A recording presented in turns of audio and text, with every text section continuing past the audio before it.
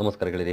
ತುಂಬ ಜನ I T C hotels N S ಸಿಯಿಂದ ಯಾಕೆ ಎಕ್ಸಿಟ್ ಆಗ್ತಿದೆ ಅಂತ ಪ್ರಶ್ನೆ ಮಾಡ್ತಾ ಇದ್ದೀರಿ. ಜೊತೆಗೆ ಅದರಲ್ಲಿ ಕೆಲವರು ಇದಕ್ಕಾಗಿ ಸ್ವಲ್ಪ ಭಯವನ್ನು ಕೂಡ ಪಡ್ತಾ ಇದ್ದೀರಿ.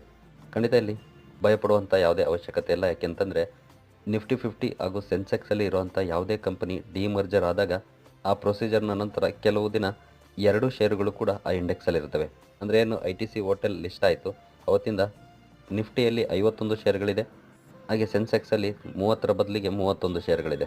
ಇದು ಸಾಮಾನ್ಯ ಪ್ರೊಸೀಜರ್ ಅಷ್ಟೇ. ಸರ್ಟೈನ್ ಟೈಮ್ ಇರುತ್ತೆ. ಆ ಟೈಮ್ನ ನಂತರ ಡಿಮರ್ಜ್ ಆದ ಶೇರನ್ನು ಆಚೆ ತೆಗಿತಾರೆ ಲಿಸ್ಟಿಂದ. ಐ ಟಿ ಸಿಯಲ್ಲಿ ಕಂಟಿನ್ಯೂ ಆಗುತ್ತೆ ನಿಫ್ಟಿ 50 ಹಾಗೂ ಸೆನ್ಸೆಕ್ಸಲ್ಲಿ, but I T C hotels ಆಚೆ ಬರುತ್ತೆ. ಇತ್ತೀಚಿನ ಇನ್ನೊಂದು ಎಕ್ಸಾಂಪಲನ್ನು ನೋಡಿದ್ರೆ ರಿಲಯನ್ಸ್ ಇಂಡಸ್ಟ್ರೀಸಿಂದ ರಿಲಯನ್ಸ್ ಅಥವಾ ಜಿಯೋ ಫೈನಾನ್ಷಿಯಲ್ ಸರ್ವಿಸಸ್ ಡಿಮರ್ಜ್ ಆದಾಗ ಅದು ಕೂಡ ಇದೇ ರೀತಿ ಪ್ರೊಸೀಜರನ್ನು ಕಂಡಿತ್ತು. ಸರ್ಟೈನ್ ಟೈಮ್ನ ನಂತರ